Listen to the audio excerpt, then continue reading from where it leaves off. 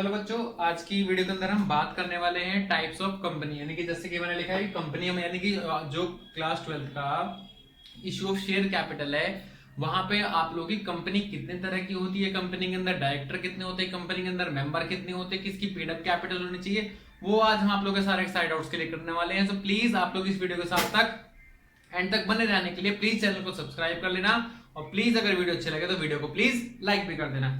हम पहले स्टार्ट करते हैं अपना 1% कंपनी के अंदर। बेटा 1% कंपनी होती क्या चीज है, कोई कंफ्यूजन पैदा नहीं करनी है। सिंपल सी बात है कि वो कंपनी जिसके अंदर सिर्फ एक ही मेंबर होता है जो कंपनी का रिस्क बियर करने के लिए तैयार होता है, जो पैसा बिजनेस में लगाता है, वही उसका क्या होता है, मालिक भी होता है, और वही उसके अंदर क्या होता है, शेयर होल्डर होता है।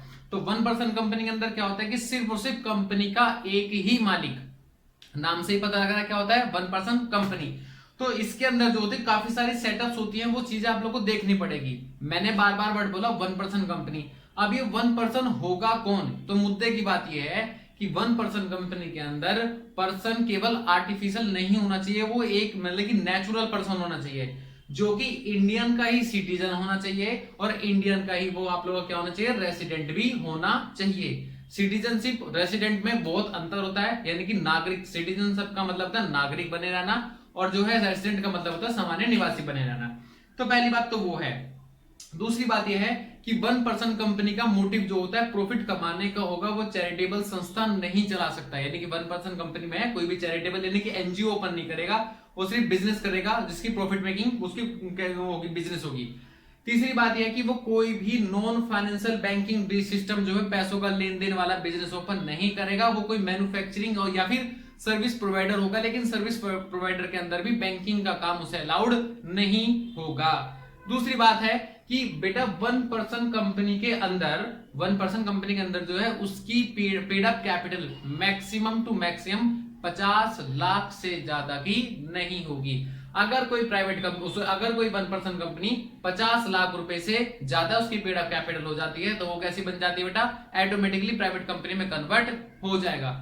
टर्नओवर पे आप लोग बड़े कंफ्यूज रहते हो, तो बेटा पिछले 3 साल के एवरेज टर्नओवर, पिछले 3 साल का एवरेज टर्नओवर 2 करोड़ से ज्यादा का नहीं होना चाहिए। अगर किसी पर 1% कंपनी के अंदर पिछले 3 साल का अगर एवरेज टर्नओवर जो है 2 करोड़ से ज्यादा का चला जाता है, तो वो ऑटोमेटिकली किसमें कन्वर्ट हो जाता है, पेड अप कैपिटल के अंदर चला जाता है। दूसरी सबसे बड़ी बात है डायरेक्टर की। बेटा 1% कंपनी के जो डायरेक्टर होंगे कम से कम 1 होना चाहिए, और मैक्सिमम कितने होंगे बेटा, 15। देखो बच्चों, 3 तरह की कंपनी होती है, 1% कंपनी, प्राइवेट कंपनी, एक होती है आप लोगों की पब्लिक कंपनी। इन तीनों के अंदर ही मैक्सिमम डायरेक्टर 15 होंगे, 15 से ज्यादा नहीं होंगे। तो ये था कॉन्सेप्ट हमारा 1% कंपनी का। अब अगर हम वही बात करें, दूसरा है आप लोगों का प्राइवेट कंपनी का। प्राइवेट कंपनी थोड़ी सी आसान है समझने में, कोई दिक्कत नहीं होगी। प्राइवेट कंपनी सबसे पहले नाम से ही पता लग रहा है प्राइवेट, यानी कि इसे कुछ ही मेंबर जो है मिलकर चलाते हैं, जिसका मोटिव प्रॉफिट कमाना होता है, और इसके लिए ऐसी कोई भी रिस्ट्रिक्शंस नहीं है, ठीक है। लेकिन इसके लिए कुछ रिस्ट्रिक्शन ये है, 1% कंपनी के अंदर क्या होगा, 1 मेंबर 1 शेयर होल्डर, ठीक है। बच्चों यहाँ पे क्या होगा कि जो है मिनिमम 2 मेंबर होंगे, मिनिमम 2 मेंबर होंगे, और मैक्सिमम कितने हो सकते हैं, 200। लेकिन इस 200 मेंबर के अंदर जो है, जो कंपनी के अपने खुद के एम्प्लॉय हैं, अगर वो भी शेयर में इन्वेस्ट करना चाहते हैं, पैसा लगाना चाहते हैं, तो एक्स जो एम्प्लॉय होते हैं, प्रेजेंट एम्प्लॉय चाहे पास्ट एम्प्लॉय, उनको इन 200 के अंदर काउंट नहीं किया जाएगा। ये कौन सी कंपनी हो गई हमारी, प्राइवेट कंपनी। जबकि इसकी पेड अप कैपिटल बेटा मिनिमम सब्सक्राइब्ड होती है, ठीक है। जैसा भी उसके आर्टिकल ऑफ एसोसिएशन या मेमोरेंडम ऑफ एसोसिएशन के अंदर कंपनी के 2 इंपॉर्टेंट डॉक्यूमेंट होते हैं, जिनके अंदर कंपनी की पूरी डायरेक्टरी लिखी रहती है कि कंपनी का मोटिव कहाँ है, कंपनी का हेड ऑफिस कहाँ है, कंपनी की जो ब्रांचेस है वो कहाँ है, वो सारी चीजें आप लोग को जो है एमओए और एओए यानी कि मेमोरेंडम ऑफ आर्टिकल और जो है मेमोरेंडम ऑफ एसोसिएशन, इसके अंदर आप लोगों को सारी की सारी चीजें मिल जाएगी। दूसरी बड़ी बात बेटा, प्राइवेट कंपनी के अंदर जो पर्सन पैसा लगाना चाहता है, वो पर्सन जो है कंपनी से बाहर का यानी कि जनरल पब्लिक नहीं हो सकती। अगर कोई पैसा लगाना चाहेगा तो वो कंपनी का मेंबर ही होगा, वो पैसे यानी कि ऑलरेडी वो बिजनेस में क्या होगा, कंपनी में रजिस्टर्ड होगा, कोई जनरल पब्लिक उसके अंदर पैसा नहीं लगा सकती। दूसरी बात, अगर जिन पर्सन ने प्राइवेट कंपनी का शेयर खरीदा है, वो शेयर भी वो जनरल मार्केट में जाके नहीं बेच सकते। भाई जैसे कि मैंने शेयर खरीदा है, अब मैं उस कंपनी का मेंबर नहीं रहना चाहता तो मैं अपना शेयर किसी और को बेच दूंगा? नहीं, मैं वो शेयर किसी कंपनी के मेंबर को ही बेचूंगा, ठीक है, अदरवाइज किसी बाहर को मैं नहीं बेचूंगा। दूसरी बड़ी बात, अगर कोई एक सिंगल शेयर दो मेंबर ने मिलकर खरीदा है तो उनको दो मेंबर काउंट नहीं किया जाएगा, उन्हें एक ही मेंबर जो है वो बेटा काउंट किया जाएगा। हमारा कुछ इस तरह का सिद्धांत है, ठीक है। उसके बाद डायरेक्टर, अगर प्राइवेट कंपनी की बात डायरेक्टर करी जाए तो डायरेक्टर कितने होंगे इसके? 2, और मैक्सिमम मैंने आपको ये बताया था 15 हो गए, जबकि इसके अंदर डायरेक्टर कितने होंगे? 1, और मैक्सिमम इसके भी कितना होंगे बेटा? 15। तो ये है हमारी कुछ कहानी प्राइवेट कंपनी की। अब अगर हम बात करें अपनी पब्लिक कंपनी के अंदर तो बेटा लॉ के अंदर ही लिखा है कि पब्लिक कंपनी वो होती है जो प्राइवेट कंपनी नहीं हो सकती। ये क्या मतलब हुआ? तो बच्चों ये मतलब हुआ कि ये कंपनी जो है बाहर से मार्केट में इशू नहीं कर सकती, लेकिन पब्लिक कंपनी है जो journal share holder, general public से भी पैसा उधार मांग सकती है। एक तरीके से अपना शेयर कंपनी का बेच सकती है और वो पैसा बिजनेस के अंदर लगा सकते हैं। प्राइवेट कंपनी अपना शेयर जो एग्जिस्टिंग मेंबर है वो किसी को और बाहर वाले को ट्रांसफर नहीं कर सकता, नहीं बेच सकता, लेकिन जो पब्लिक कंपनी है वो कहीं भी शेयर खरीद सकता है, कहीं भी शेयर बेच सकता है, ठीक है बच्चों। अब अगर डायरेक्टर की बात करी जाए, किसकी? पब्लिक कंपनी की। बेटा मैंने आपको बताया था कि जो पब्लिक कंपनी है वो पब्लिक कंपनी के मिनिमम जो मेंबर होंगे वो मेंबर कितने होंगे?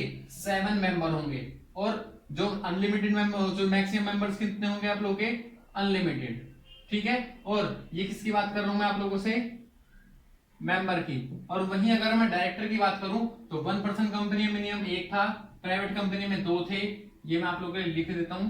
ये किसकी बात थी बेटा? हमारे डायरेक्टर की। और पब्लिक कंपनी में मिनिमम डायरेक्टर कितने होंगे? 3, और मैक्सिमम डायरेक्टर कितने होंगे हमारे? 15। ये बात किसकी है मेरी? ये मेरी बात है आप लोग की, डायरेक्टर की, ठीक है बच्चों। तो इस तरीके से जो है मेरी कुछ कंपनी की डेफिनेशन है, लेकिन इसके अंदर 2 कंपनी और हैं, मैं आप लोगों को वो भी बता देता हूं।